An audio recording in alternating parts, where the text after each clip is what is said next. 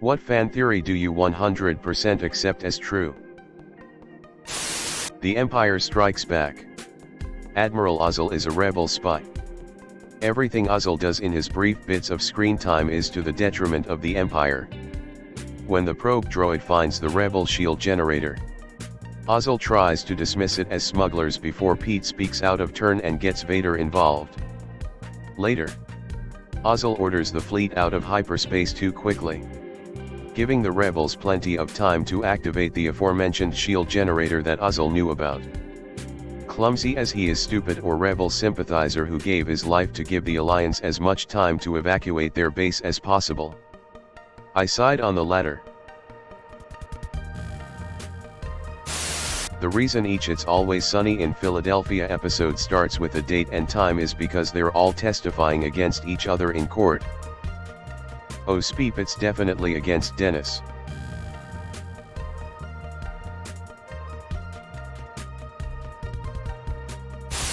Miguel and Tulio may not be gods, but the armadillo that follows them around absolutely is. It's just helping them out because they saved it from being eaten. Bibbo. I agree. When the volcano is going off, he is chasing a butterfly. And then when Tulio yells stop, Bibbo stops chasing the butterfly as well. It even keeps cutting to Bibbo during their conversation. Another one is his ability to walk on walls and change direction mid-air during the game. And him accidentally helping come up with a plan for the boat at the end. Amongst other things. That Loki was controlled by the Tesseract more than he let on. His eyes glowed multiple times and he shed a tear when Thor tried to talk sense into him. Wait. There's a theory the Tesseract controlled Loki like the Mind Stone could? That is the general theory of the Avengers. Loki is not evil. He is not a villain. He is the god of mischief. He just likes peeping things up. He is not the type of person to invade a planet and maliciously murder everyone. Thanos was under control of him. The Jetsons and the Flintstones are living at the same time in a dystopian future where the haves live above the clouds and the have-nots are stuck on a wasted Earth. The signs include that Flintstones celebrate things like Christmas and other holidays, which doesn't make sense, and the Great Gazoo alien appears in both series. Gazoo is in the Jetsons.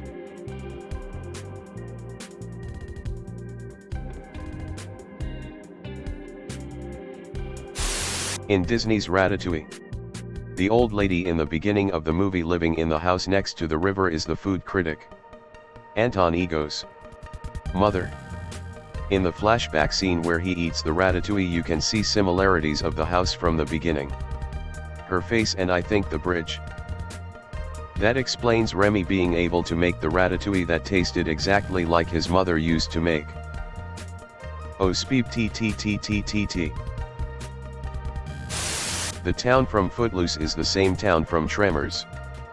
The ban on dancing wasn't a puritanical attempt to control the youth. The town elders were aware of the graboid threat, and banned dancing out of the fear that it would cause rhythmic vibrations waking up the creatures sleeping below the town. Kevin Bacon's character in Footloose stayed in the town, growing up to be his character in Tremors, at which point he has to try and contain the danger he inadvertently released. There was so many problems with this, but man, that's hilarious. As a massive Tremors fan, this made me laugh. Thanks for sharing. Red Alert 1's Allied victory results in the Red Alert 2/3 universe. Red Alert 1's Soviet victory leads to the Tiberium universe. Debunked by the writers themselves, IIRC. But that's how it'll always be for me. Isn't Kane one of Stalin's advisors in the Soviet campaign? The Soviet ending explicitly mentions the Brotherhood, and that they would tire of the USSR in the early 1990s, which is when the Tiberium series starts. There's a video on YouTube that goes into all the possible timelines based on the victor in each game.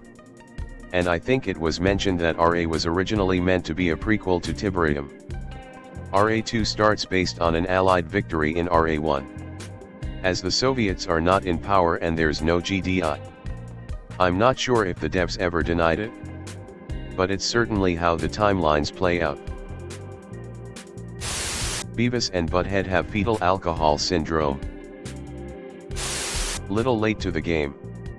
But the theory is that the Kyber crystal in Luke's green lightsaber is the same one from Qui-Gon Jinn's.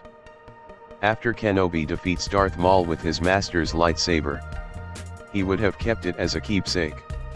Despite rebuilding his own saber, it's likely he would have retrieved it and kept it with him after the Order 66 attack.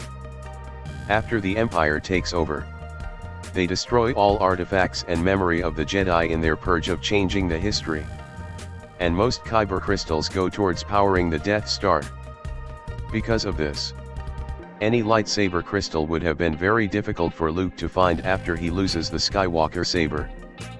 But we know he returns to Tatooine to complete his new lightsaber, likely returning to Ben Kenobi's home for components, where he would have found Qui-Gon Jinn's lightsaber and recycled its crystal. I vaguely remember reading it might have been Shadows of the Empire.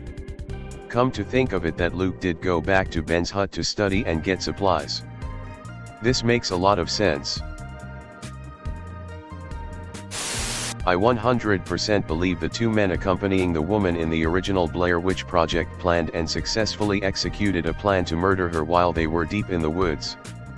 Too many factors point to good old-fashioned murder than a supernatural occurrence. Undefined. Would you mind elaborating?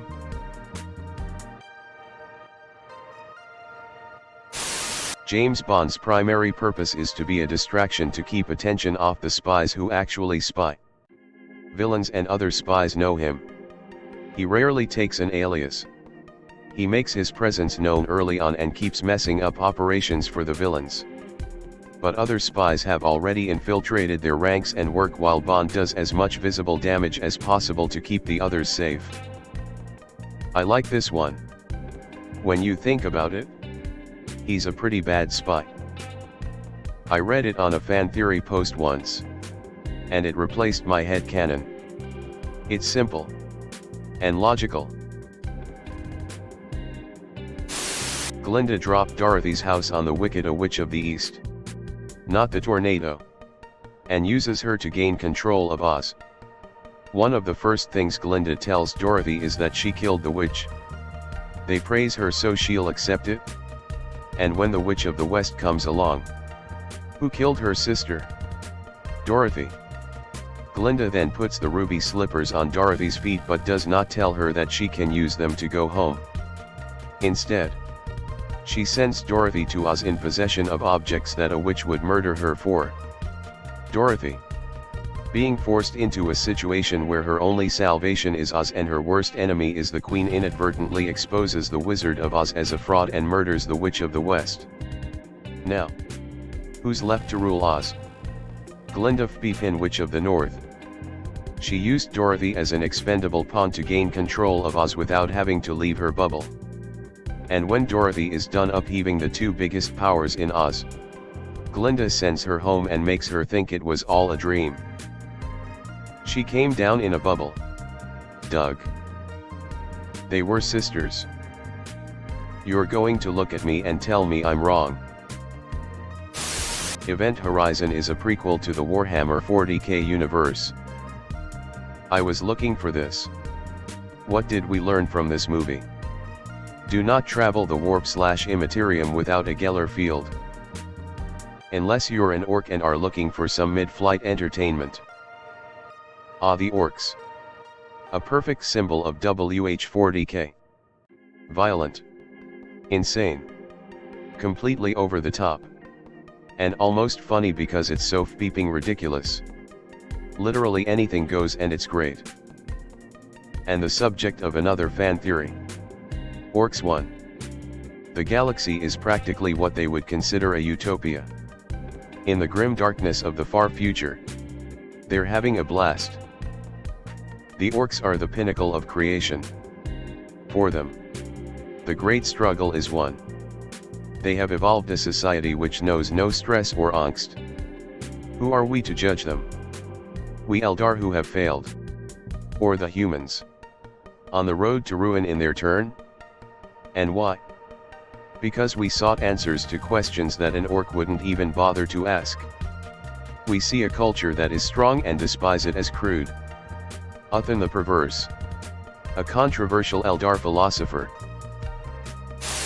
The real world in the Matrix movies is just another layer of the Matrix. Designed specifically to appeal to people unwilling to conform to the normal matrix. Humans in this outer matrix have confirmation of their belief that something was wrong, and get to indulge in the fantasy of being a heroic freedom fighter against the faceless evil machines, thus choosing to accept this false reality. The anomaly of the one is that he's capable of rejecting both realities, which is the reason why he had powers in the real world. Yeah, did Revolutions ever address this? I thought the cliffhanger ending of Reloaded was meant to reveal that the real world was just another Matrix. The official explanation for how Neo has powers in the real world is that he got them from going to the source, which is that room with the architect near the end of Reloaded. These powers are not supernatural. Neo, like all people born into the Matrix, has computer augments implanted in his body.